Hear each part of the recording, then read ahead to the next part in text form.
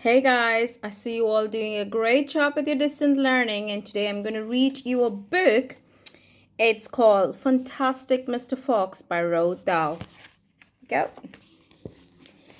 The Three Farmers. Down in the valley, there were three farms. The owners of these farms had done well. They were rich men. They were also nasty men. All three of them were about as nasty and mean as any man you could meet. Their names were Farmer Bargus, Farmer Buns, and Farmer Bean. Bargus was a chicken farmer. He kept thousands of chickens. He was enormously fat. This was because he ate three boiled chickens smothered with dumplings every day for breakfast, lunch, and supper. Buns was a duck and goose farmer. He kept thousands of ducks and geese. He was a kind of pot-bellied dwarf. He was so short his chin would have been underwater in the shallow end of any swimming pool in the world. His food was doughnuts and goose livers. He mashed the livers into a disgusting paste and then stuffed the paste into the doughnuts. This diet gave him a tummy ache and a beastly temper. Bean was a turkey and apple farmer. He kept thousands of turkeys in an orchard full of apple trees. He never ate any food at all. Instead, he drank gallons of strong cider which he made from the apples in his orchard. He was as thin as a pencil and the cleverest of them all. Bargus and Buns and Beans, one fat, one short, one lean. These horrible crooks, so different in looks, were none the less equally mean. That is what the children round about used to sing when they saw them. Mr. Fox. On a hill above the valley there was a wood. In the wood there was a huge tree. Under the tree there was a hole. In the hole lived Mr. Fox and Mrs. Fox and their four small foxes. Every evening, as soon as it got dark, Mr. Fox would say to Mrs. Fox, "Well, my darling, what shall it be this time? A plump chicken from Bargus, a duck or a goose from Buns, or a nice turkey from Bean?" And when Mrs. Fox had told him what she wanted, Mr. Fox would creep down into the valley in the darkness of the night and help himself. Bargus and Buns and Beans knew very well what was going on, and it made them wild with rage. They were not men who liked to give anything away, less till did they like anything to be stolen from them. So every night each of them would take his shotgun and hide in a dark place somewhere on his own farm, hoping to catch the robber. But Mr. Fox was too clever for them. He always approached the farm with the wind blowing in his face. And this meant that if any man were lurking in the shadows ahead, the wind would carry the smell of that man to Mr. Fox's nose from far away.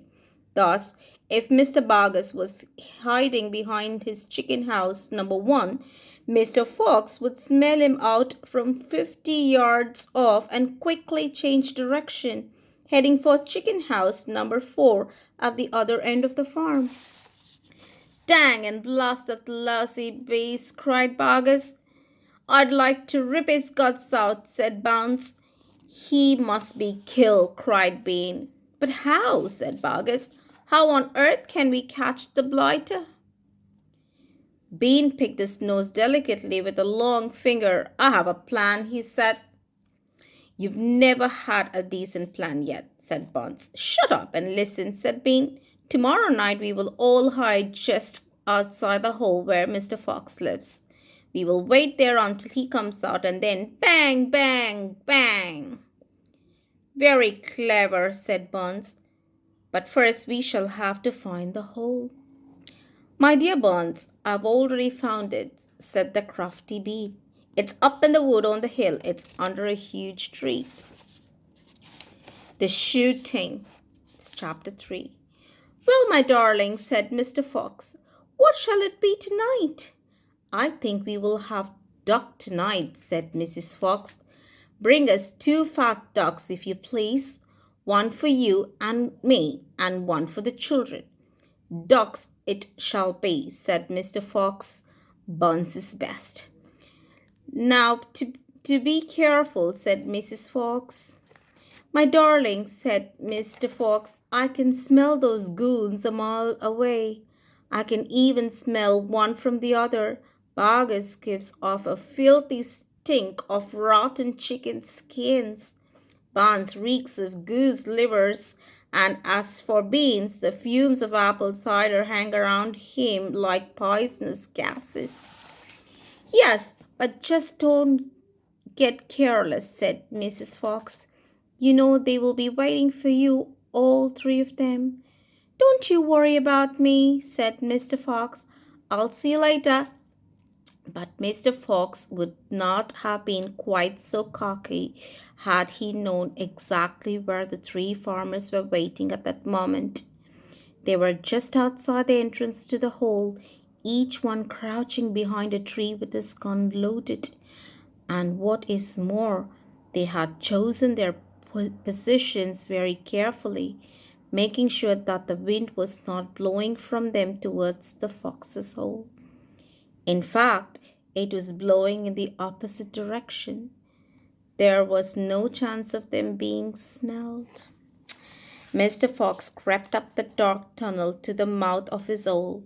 He poked his long, handsome face out into the night air and sniffed once. He moved an inch or two forward and stopped. He sniffed again. He was always especially careful when coming out from his hole. He inched forward a little more. The front half of his body was now in the open. His black nose twitched from side to side, sniffing and sniffing for the scent of danger. He found none, and he was just about to go trotting forward into the wood when he heard, or through he had a tiny noise, a soft rustling sound, as though someone had moved a foot ever so gently through a patch of dry leaves. Mr. Fox flattened his body against the ground and lay very still. His ears pricked. He waited a long time, but he heard nothing more. It must have been a field mouse, he told himself, or some other small animal. He crept a little further out of the hole, then further still. He was almost out in the open now. He took a last careful look around. The wood was murky and very still. Somewhere in the sky the moon was shining. Just then his sharp night eyes caught a glint of something bright behind a tree not far away. It was a small silver speck of moonlight shining on a polished surface. Mr. Fox lay still, watching it. What on earth was it? Now it was moving. It was coming up and up. Great heavens, it was the barrel of a gun. Quick as a whip, Mr. Fox jumped back into his hole, and that same instant the entire wood seemed to explode around him. Bang, bang, bang, bang, bang, bang. The smoke from the 3 guns floated upward in the night air. Bargus and Buns and Beans came out from behind their trees and walked towards the hole. Did we get him? Said Bean. One of them shone a flashlight on the hole, and there on the ground, in the circle of light, half in and half out of the hole, lay the poor, tattered, blood-stained remains of a fox's tail. Bean picked it up. We got the tail, but we missed the fox, he said, tossing the thing away. Dang and blast, said Bargus. We shot too late. We should have let fly the moment he poked his head out. He won't be poking it out again in a hurry, Bun said. Bean pulled a flask from his pocket and took a swig of cider. Then he said, I'll take 3 days at least before he gets hungry enough to come out again. I'm not sitting around here waiting for that. Let's dig him out. Oh, said Bargus, now you're talking sense. We can dig him out in a couple of hours. We know he'll be there. I reckon there's a whole family of them down that hole, Bun said. Then we will have the lot, said Bean. Get the shovels. All right, guys, we'll continue this tomorrow from chapter 4. Hope you enjoyed the story. Bye.